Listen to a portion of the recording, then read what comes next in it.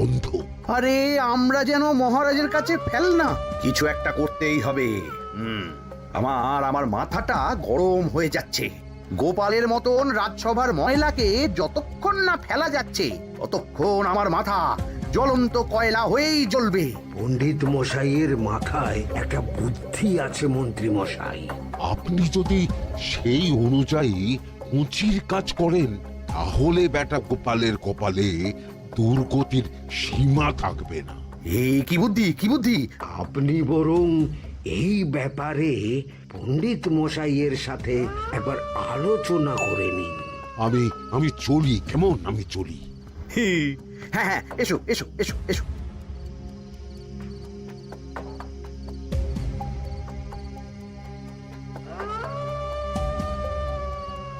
আরে ওই তো আমার বাঁ হাত ঘটা আসছে, বেটাকে দিয়ে একটা কাজ করাতে হবে। এ কি মন্ত্রী মশাই, আপনি এখানে দাঁড়িয়ে কি করছেন? এই একটা গুরুত্বপূর্ণ ব্যাপারে কথা বলছিলাম। একটা একটা কাজ করতে পারবি? কি কাজ করতে হবে বলুন মন্ত্রী মশাই। আমাকে একটু ঠান্ডা জল, পাতিলেবু আর পুদিনার পাতা দিয়ে শরবত বানিয়ে খাওয়াতে পারবি? সেসব আমার ঘরে ব্যবস্থা করাই আছে। চলুন চলুন আমার সাথে চলুন। হ্যাঁ হ্যাঁ, চল চল চল চল চল।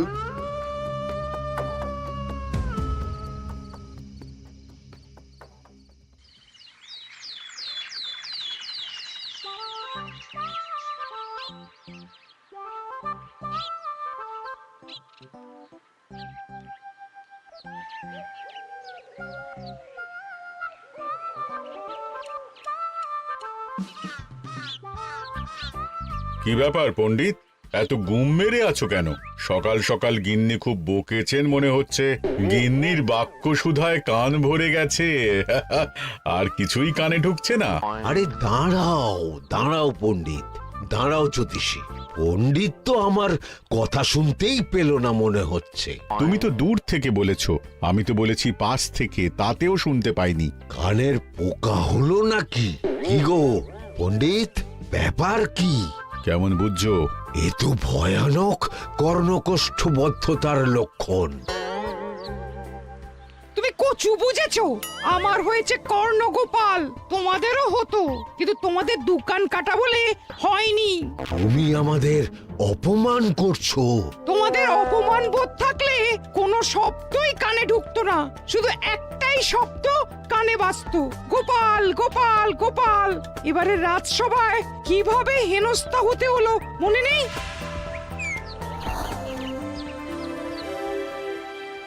মহারাজ, একটা ভিক্ষা আছে। ভিক্ষার জন্য কৃষ্ণনগরের রাস্তাই সবচেয়ে উপযুক্ত জায়গা গোপাল, তুমি বরং সেখানেই যাও। মন্ত্রী, মন্ত্রী মশাই ঠিকই বলেছেন মহারাজ।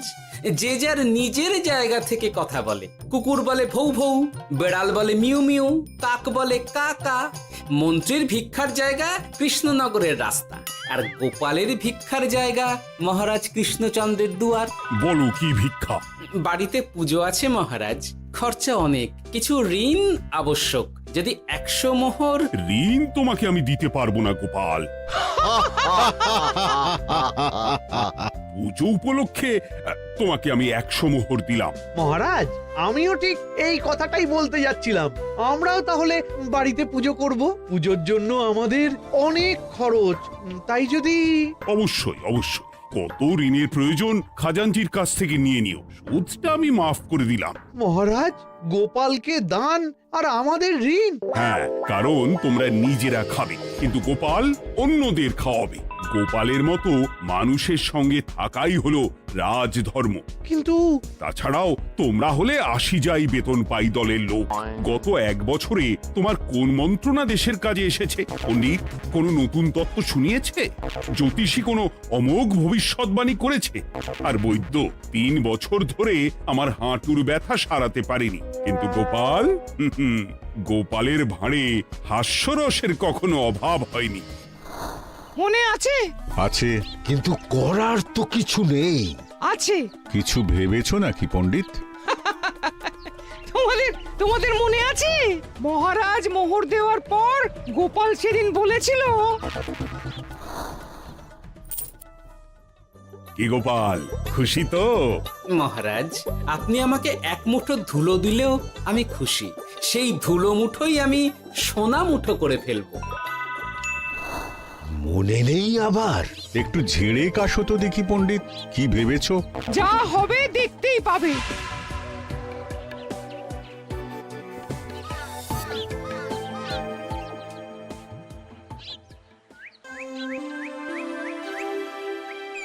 মহারাজের জয় হোক, মহারাজের জয় হোক। ওরে বাবা, এই যে সকাল সকাল চান করে ঠান্ডা লেগে গেল মনে হচ্ছে। মহারাজ, ওই কবি গান উপলক্ষে গত মাসটা আমি কৃষ্ণনগরের কোণে কোণে ঘুরে বেরিয়েছি। প্রজাদের মধ্যে একটা অসন্তোষ আমি লক্ষ্য করেছি মহারাজ। অসন্তোষ? আমি তো জানতাম আমার শাসনে প্রজারা সুখে আছে। সুখে তারা ভাসছে মহারাজ, কিন্তু একটাই অসুখ, তারা মহারাজের দর্শন পায় না। তারা মহারাজের পদধূলির জন্য আকুল হয়ে আছে, মহারাজের দর্শন পাওয়ার জন্য চাতকের মতো অপেক্ষা করছে। চিত্রকরকে দিয়ে চিত্র অঙ্কন করিয়ে বিলি করে দিলেই হলো।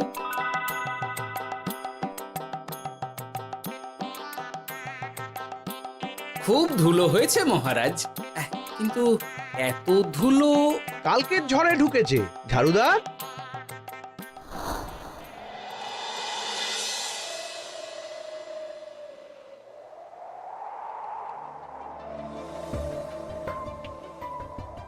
এই সুযোগ, রাজসভা ফাঁকা, এমন ঝড় যে পেয়াদারাও বাইরে নেই। কাজটা সেরে ফেল, বুঝলি? কিরে, কাজটা কর।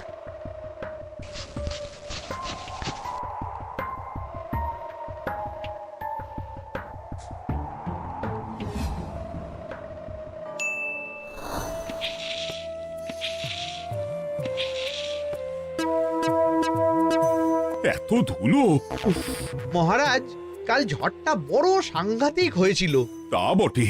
আচ্ছা গোপাল, তুমি বলেছিলে মহারাজ তোমাকে এক মুঠো ধুলো দিলেও সেটা সোনা হয়ে যাবে। এখনো সেই কথাই বলছি।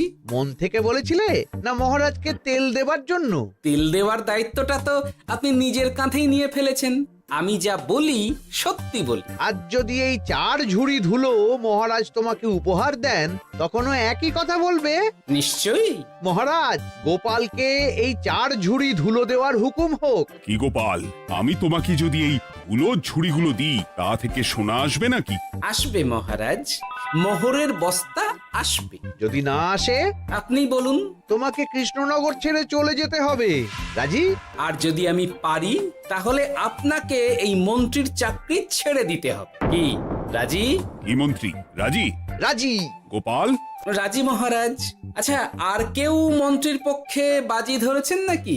হ্যাঁ, আমি আমি আমি আমি ও গোপাল এবার যে মরণ কুয়োতে ঝাঁপিয়েছে, সেখান থেকে আর উঠে আসতে পারবে না। ধুলো থেকে মোহরের বস্তা আসবে, এ হচ্ছে গোপালের উন্মাদ রোগের শুরু। দেমাক দেমাক, মহারাজের পিঠ চাপড়ানি পেয়ে পেয়ে গোপাল ভেবেছে যে ও সব কিছু করতে পারে। এবার শুধু সেই দিনটার অপেক্ষা, যেদিন গোপালকে উল্টো গাধায় চড়িয়ে কৃষ্ণনগর থেকে বার করে দেব। এতটা নিশ্চিন্ত হবেন না মন্ত্রীমশাই।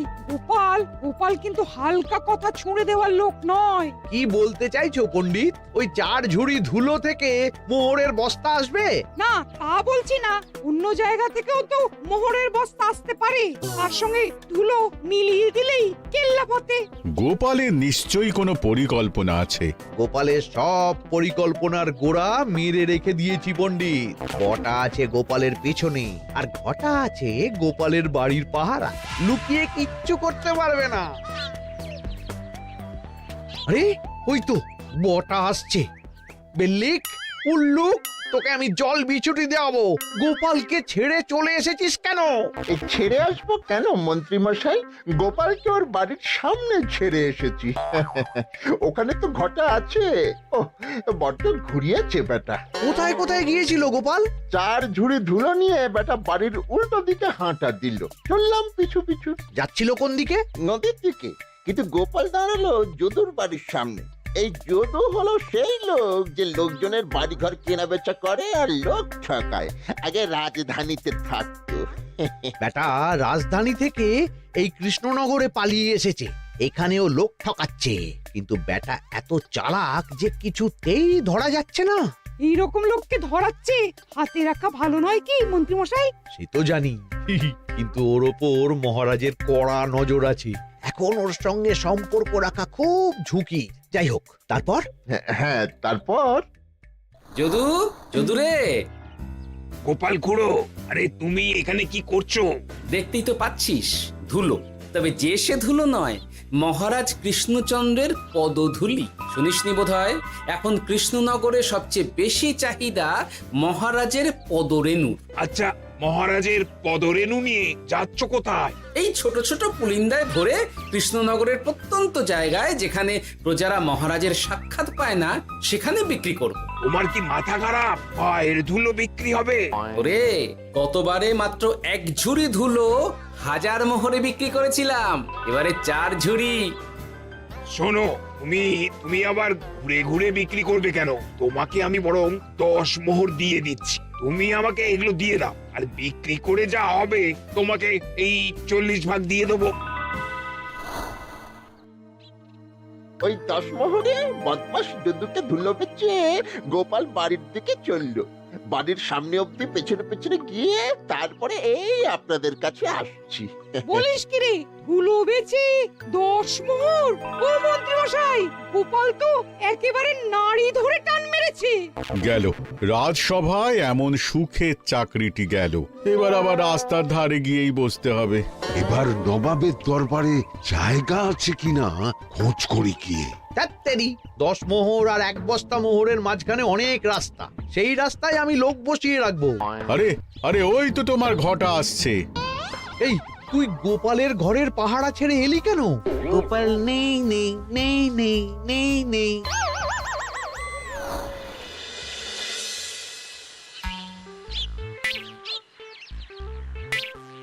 আরে, ভয় পেলি নাকি? না না না না না, ভয় পাবো কেন? শোন, তোকে পেয়ে আমার খুব ভালো হলো বুঝলি। তোকে আমার একটা কাজ করতে হবে। বলো বলো। আসলে বুঝলি, আমার না গিন্নিকে নিয়ে তার বাপের বাড়ি যাওয়ার কথা ছিল, কিন্তু হঠাৎ বিশেষ কাজে আমাকে খামবাজে চলে যেতে হচ্ছে। এখন আমি গিয়ে গিন্নিকে বললে বুঝতেই পারছিস কুরুক্ষেত্র হয়ে যাবে একেবারে। তাই আমি কাউকে খুঁজছিলাম যে আমার বাইরে যাওয়ার খবরটা আমার গিন্নিকে গিয়ে দেবে। তুই পারবি বাবা ঘটা? ওরে বাবা, আরে আরে আরে, ভয় পাস না, তোকে গিয়ে মুখে কিছু বলতে হবে না। এই নে, এই চিঠিটা আমার বউকে দিবি।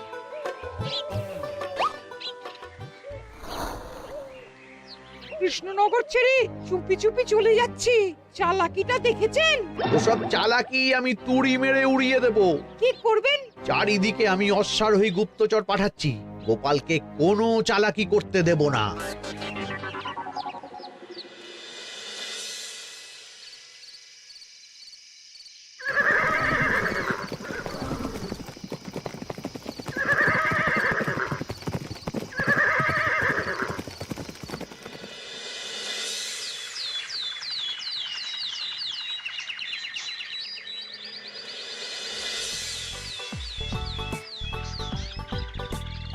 অং বং পিং পং। হ্যাঁ, ওরে বাপ রে, এ আবার কি বলে? মানে বুঝিতে পারিলে না? অং বং পিং পং অর্থাৎ আইসো আমার নিকট বিদেশি জাদু শরবত আছে, ইহাতে তৃষ্ণা নিবারিত হয়, শক্তি বৃদ্ধি হয়, ঘুম ভালো হয়, সম্পর্কের উন্নতি হয়, জামা কাপড় ফর্সা হয়, তু শব্দ না করে সকাল সকাল কষ্ট পরিষ্কার হয়, মূল্য মাত্র 1 মোহর। বলো, ওইটুকু অং বঙ্গের মধ্যে এত কিছু? ঠিক আছে, তা দাও দেখি, আপাতত টেস্টটা তো মিটু, বাকিগুলো পরে বোঝা যাবে।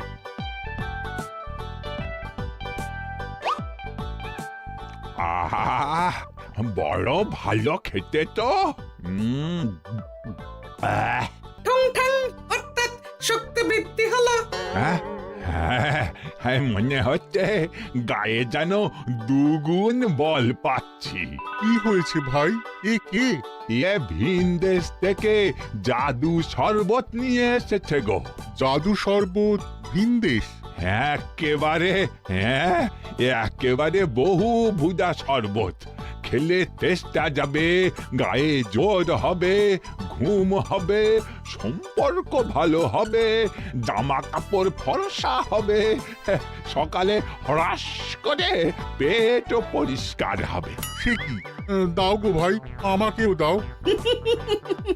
গুড় জল, সঙ্গে একটু ভাজা মশলা, আমচুর আর বিট নুন, শুদ্ধ দেশি জিনিস। জানলে কেউ ছুঁয়েও দেখতো না, কিন্তু একটু বিদেশি গন্ধ দিতেই একেবারে হট্ট মেলা। আরে তোমরাও এসেছো দেখছি। সং সং শঙ্কা লং লং লঙ্কা, মানে অর্থাৎ এই শরবত খেলে আর শঙ্কা নাই, বুদ্ধি লঙ্কার মতন ঝাল হয়ে যাবে। তারপর ডং ডং ডঙ্কা টং টং টঙ্কা, ফাইন ফাইন, অর্থাৎ টাকা আসবে আমার কাছে।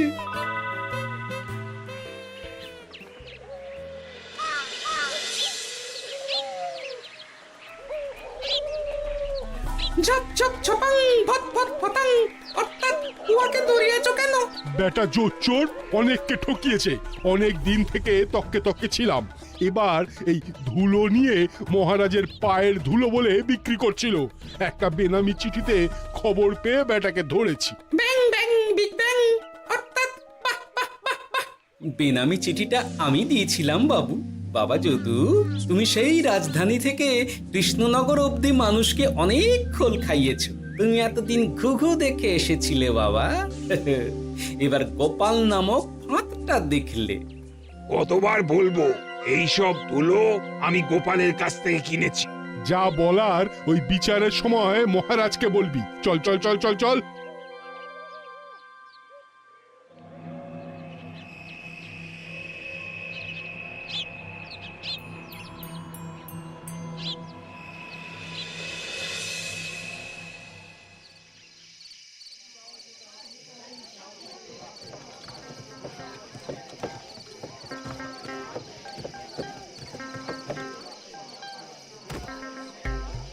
ঝন্টু মন্টু ননাঙ্কু, নাও ঠেলা। সাহেব বলে কি ফু দিয়ে দিতে হবে? কি বলছো সাহেব? বুঝতে পারছি না, কোথায় ফু দেব? ঝন্টু মন্টু ননাঙ্কু, অর্থাৎ লবণ আছে? আছে আছে সাহেব আছে। কত লাগবে? ভণ্ড ভরি আন্ডাকারি, অর্থাৎ যা আছে সব।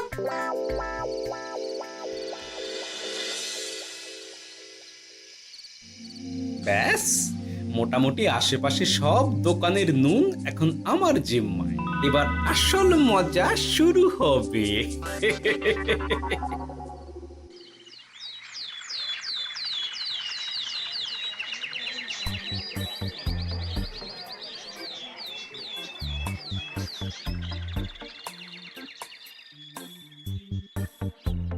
নুন আছে? না হুজুর, গোটা কৃষ্ণনগরেই নুন নেই। ওই দেখো, পুরো রাজসভাই বাজারে জড়ো হয়েছে। শান্তামনা শান্টু মন্টু, এ আবার কি বলছে রে বাবা? শান্তামনা শান্টু মন্টু, অর্থাৎ জনগণ শ্রবণ করুন। নান্টু কান্টু, নুন কি নেবেন? আন্টু আন্টু, আসুন আসুন। আমার আমার এক সের নুন লাগবে। শান্টু, অবশ্যই 100 লবণ 10 মোহর। 10 মোহর? 10 মোহর লইবেন না লইবেন না? না, নেব না। উত্তম উত্তম, গান্ডা পিণ্ডে ঢিসুম ঢিসুম, অর্থাৎ তাহা হইলে নুনের বদলে গৃহিণীর প্রহার ভক্ষণ করুন। আমাকে 1 সের নুন দিন। আমাকেও নুন ছাড়া বাড়ি ফিরলে গিন্নি ঘর ছাড়া করবে আমাকে।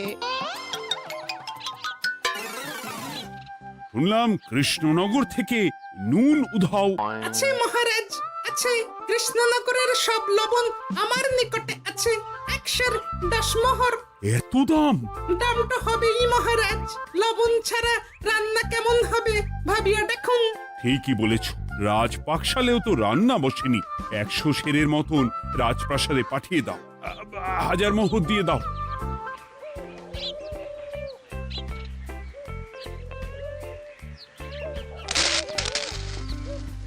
ব্যাস 1 বস্তা মোহর হয়ে গেছে।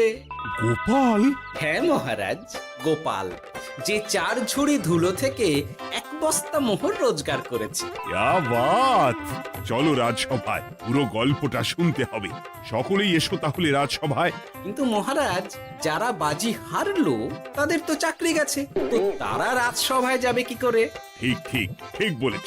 আর যারা বাজি হারলো তারা বাদ, বাকিরা চলো। এই সেরেছে, গোপাল তো আবার বাজি মেরে দিল। ও মহারাজ, আমাদের দেখুন। ও মহারাজ, আমাদের দেখুন। ও মহারাজ। হ্যাঁ